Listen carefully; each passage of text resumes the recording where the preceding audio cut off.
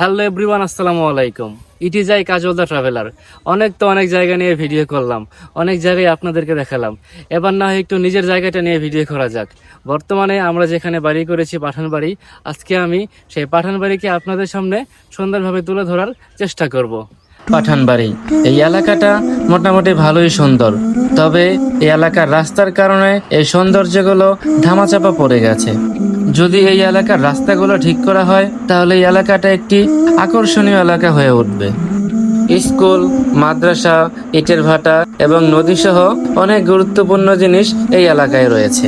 আর হ্যাঁ, এই ভিডিওটা অবশ্যই এই এলাকার প্রবাসী ভাইদেরকে উৎসর্গ করছি।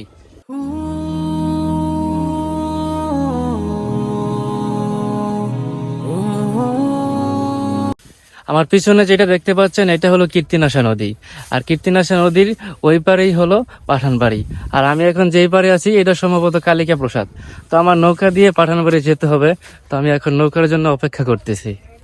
নৌকা আসতে আসতে এই নদী সম্পর্কে কিছু কথা বলা যাক। এই কীর্তিনাশা নদীর সাথে অনেক মানুষের সুখ দুঃখ জড়িত রয়েছে। জেলেরা এই নদী থেকে মাছ ধরছে, মাঝিরা এই নদী দিয়ে নৌকা পারাপার করছে এবং মালবাহী ছোট ছোট শিপগুলো নীরবে বয়ে যাচ্ছে এই নদীর বুক দিয়ে। এই পারে নৌকা চলে আসছে, এবার আমি এই নৌকা দিয়ে নদীটা পার হব। আসল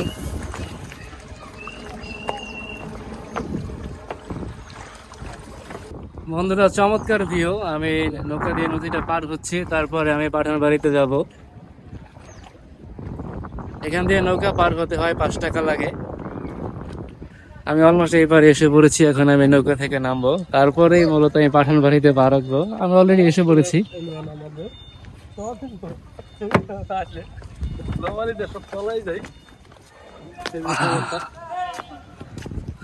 আমি এই মাত্র নৌকা থেকে নেমে পাঠানবাড়ির মাটিতে পা রাখলাম।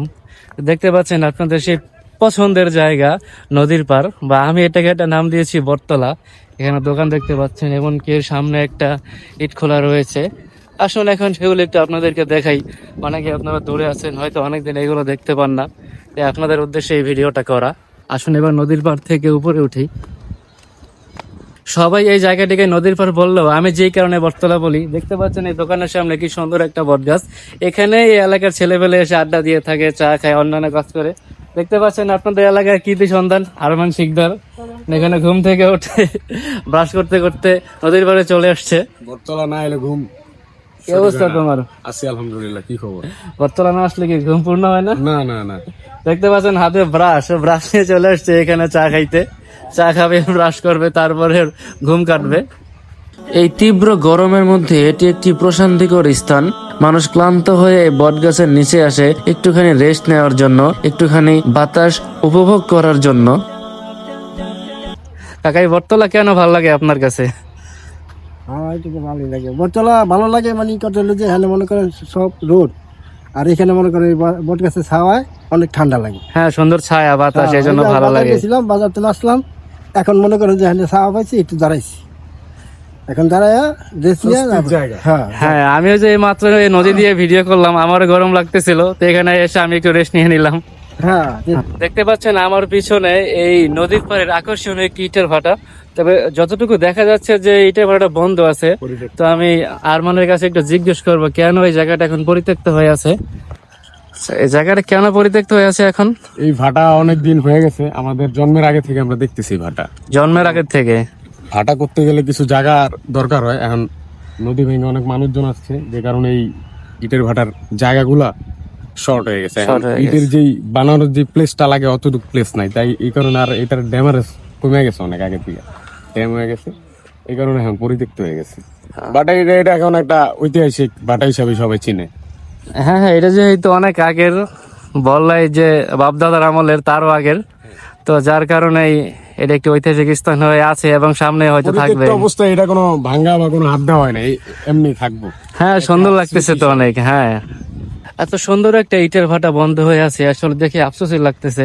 ছোটবেলায় যখন এই এলাকায় আসতাম দেখতাম এখানে কত মানুষজন কাজ করতেছে, উপর দিয়ে ধোঁয়া বের হচ্ছে, দেখতে একটা আলাদাই শান্তি লাগতো। এখন যদিও সুন্দর লাগতেছে, কিন্তু সেই মানুষজনের কর্মরত অবস্থায় যেই সুন্দর লাগতো, যে ভিউটা লাগতো, ওটা এখন আর দেখা যায় না। বন্ধুরা দেখতে পাচ্ছেন এখানে কীর্তিনাশার মাছ বিক্রি হচ্ছে, বালিয়া মাছ। কয় টাকা দাম চাইছেন কাকা? 600 টাকা। 600 টাকা বিক্রি করতে পারবেন? 600 টাকা কি মনে হয়? না বাজারে গেলে 600 উপরে হইবে। 600 উপরে হবে? হ্যাঁ আচ্ছা। আমি 300 করছি বাবা মাছ আমরা ডেইলি তো ডেইলি বেচ। নদীর পরে বটতলায় নতুন একটা দোকান হয়েছে। এই দোকানটা বেশ কিছুদিন আগে ছিল না। এখন আমি পাঠানবাড়ি বাজারের দিকে আগাচ্ছি। এখন আমি আপনাদেরকে পাঠানবাড়ি বাজারটা দেখাবো। দেখতে পাচ্ছেন যে আমি ইটার ভাটাটাকে ক্রস করে সামনে আগাচ্ছি। এখন 10টার বেশি বাজে, তাও প্রায় ম্যাক্সিমাম দোকান এখনো বন্ধ আছে। দোকানগুলো খোলা থাকলে আসলে বোঝা যাইতো যে কোনটা কিসের দোকান। মাছ কি বসি মাছ? হ্যাঁ কোন ডাইনে ভাই নাই ভাই বসি মাছ ওই যে মাছ আর করে বসি। পাঠানবাড়ি এই বাজারটা মূলত অনেক দিন ধরে চলতেছে, কিন্তু সেই তুলনায় এখনো অতটা জনপ্রিয় হতে পারেনি। এখানে নিত্য প্রয়োজনীয় যে পণ্য সমূহ আছে সবগুলো আসলে পাওয়া যায় না। অনেক ক্ষেত্রে নড়িয়া যাওয়া লাগে অথবা অন্যান্য বাজারে যাওয়া লাগে। তবুও এলাকা হিসাবে খারাপ না, মোটামুটি চলা যায়। ব্যক্তিগতভাবে আমার মনে হয় এই বাজারটাকে আরেকটু উন্নত করা উচিত। আরো বিভিন্ন পণ্যের দোকান দেওয়া উচিত। যারা এখানে অর্থবিত্ত সম্পদশালী আছেন তারা এটা ভেবে দেখতে পারেন। আপনারা আবার আমার কথায় কষ্ট নিয়েন না, সত্যি বলতে বাস্তবতা তুলে ধরলাম। কারণ এই বাজারটা এত বছর ধরে থাকা সত্ত্বেও ততটা জনপ্রিয় হতে পারেনি। আমাদের অনেক কিছুর জন্যই এখনো নড়িয়া যাওয়া লাগে। যদিও এখানে মোটামুটি ভালো জায়গা আছে, তাও আমরা আমাদের পর্যাপ্ত দৈনন্দিন যে জিনিস আছে সেগুলো আমরা পাই না। তো বাজার থেকে এখন আমরা চলে আসছি পাঠানবাড়ি প্রাইমারি স্কুলের এখানে। তো আপনারা যারা শৈশবে এখানে পড়াশোনা করেছেন, এখন দূরে আছেন, তাদের দেখলে হয়তো ভালো লাগবে। দেখতে পাচ্ছেন স্কুলটা আগের থেকে ভালো উন্নয়ন হয়েছে। আগে তো অন্যরকম ছিল। আমি যখন এই স্কুলে পরীক্ষা দিতে আসতাম তখন টিনের স্কুল ছিল, তো এখন তো ভালো হয়েছে। 5 নং চেরাগালি ব্যাপারে কান্দি সরকারি প্রাথমিক বিদ্যালয় 1935 সালে প্রতিষ্ঠিত হয়েছিল। এটাকে অনেকে পাঠানবাড়ি সরকারি প্রাথমিক বিদ্যালয় বলে থাকে। দেখতে পাচ্ছেন স্কুলের ফাঁকে স্কুলের বাচ্চারা কি সুন্দর খেলাধুলা করতেছে। আমরা যখন পড়াশোনা করতেছি তখন কিন্তু খেলাধুলা করার জন্য এরকম সামগ্রী ছিল না। এখন দেখতে পাচ্ছেন যে মোটামুটি ভালোই উন্নয়ন হয়েছে এই দিক থেকে আর কি, যে বাচ্চারা ক্লাস শেষে আনন্দের সাথে খেলাধুলা করতেছে। আমি আসলে এখানে বেশিক্ষণ থাকতে চাই না, কারণ স্কুল চলা অবস্থায় ভিডিও করতেছি। যদি বলা যে আপনার পারমিশন আছে কিনা, তাই আমি তাড়াতাড়ি চলে যাচ্ছি এখান থেকে। আঙ্কেল, আপনি এখানে ঝালমুড়ি বিক্রি করেন কত বছর যাবত? আমি 8 বছর ধরে। 8 বছর ধরে এই স্কুলের সামনেই? ও, তাহলে তো অনেকেই আপনারা চিনবে যারা এখন বিদেশে আছে অথবা ঢাকায় আছে, যারা আগে এখানে পড়াশোনা করছে, আপনার এখান থেকে ঝালমুড়ি খাইছে। আপনারা হয়তো অনেকের এই চাচারে চিনবেন। চাচাই আপনাদের এই বিদ্যালয়ের সামনেই ঝালমুড়ি বিক্রি করে। এবার আমি আপনাদেরকে দেখাবো এই পাঠানবাড়ির সবচেয়ে আকর্ষণীয় জিনিস। বন্ধুরা দেখতে পাচ্ছেন পাঠানবাড়ি এই বড় মসজিদের মিনারের কাজ চলতেছে। মিনারটা কত উঁচু! তো এটা আসলে আপনাদের প্রবাসের টাকায় বা এখানে যারা আছেন তাদের টাকায় আসলে মিনারটা হচ্ছে। তো আপনারা ভিডিওতে দেখতে পারেন যে মিনারটার বর্তমানে কি অবস্থা। এখনো কাজ চলতেছে, কাজ এখনো শেষ হয় নাই। পাঠানবাড়ি মসজিদের পাশেই অনেক সুন্দর একটা মাদ্রাসা আছে।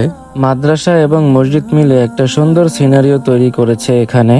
আমার কাছে পাঠানবাড়ির এই মুহূর্তে সবচেয়ে জনপ্রিয় এবং সবচেয়ে সুন্দর স্থান হলো এইটা। দেখতে পাচ্ছেন মসজিদের সাথে কত সুন্দর একটা মিনার। তো এখন এটা নির্মাণ কাজ চলতেছে। তো আপনারা যারা মুক্ত হস্তে দান করতে চান তারা দান করতে পারেন। মাদ্রাসার সামনে কয়েকটা দোকান আছে, আপনারা হয়তো চিনবেন যে এগুলা কার কার দোকান। তো আপনাদের পরিচিত কারো দোকান হলে আপনারা দেখতে পারেন দোকানগুলো। এই জায়গাটার অফিসিয়াল নাম আসলে চেরাগালি ব্যাপারী কান্দি, তবে আমি যতটুকু জায়গায় ভিডিও করেছি এইটুকু জায়গা পাঠানবাড়ি হিসেবে পরিচিত।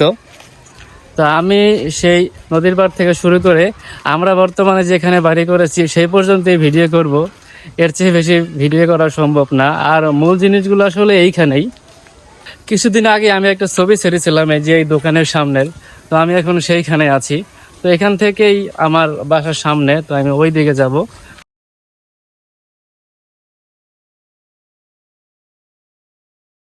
বন্ধুরা, আমি এই ভিডিওর একদম শেষ পর্যায়ে আছি। আপনাদেরকে আমি দেখালাম হৃদয় টেলিকম দোকানটা। এখানে একটা গ্যারেজের দোকান আছে দেখতে পাচ্ছেন, পিছনে আরেকটা আছে, ওইটা বন্ধ।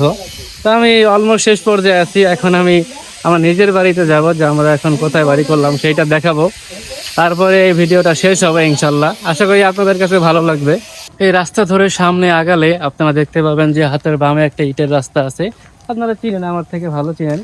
এই রাস্তা দিয়ে একটু আগেলে এই ভিতরেই আমার বাসা। আর এই সামনে যে বাসাটা দেখতে পাচ্ছেন এটা আমার বন্ধু জয়ের বাসা, জয় মাতবর। তো আমি এখন আমার বাসায় একটু যাই। আমার বাসায় গিয়ে আমি আসলে এই ব্লগটা শেষ করব। যেহেতু আপনাদের এলাকায় নতুন আসছি, আপনারা দেখেন আমাদের বাসা কোথায়। তো ওই রাস্তা দিয়ে অল্প একটু ভিতরে ঢুকে, ইটের রাস্তা দিয়ে অল্প একটু ভিতরে ঢুকে হাতের বাম দিকে যে বাড়িগুলো দেখতে পাচ্ছেন, এই ভিতর দিয়েই আমার বাসায় যাইতে হয়। এই আমাদের এই জমির সাইড দিয়ে রাস্তা হবে, এখনো হয় নাই। বন্ধুরা, ওই জায়গা দিয়ে ভিতরে ঢুকে আমি আমার বাড়িতে আসলাম। আচ্ছা, দেখতে পাচ্ছেন এটা আমাদের বাড়ি, নতুন বাড়ি করেছি এইখানে। তো আশা করছি আপনাদের কাছে ভিডিওটা ভালো লাগবে, সবাই ফলো দিয়ে পাশে থাকবেন।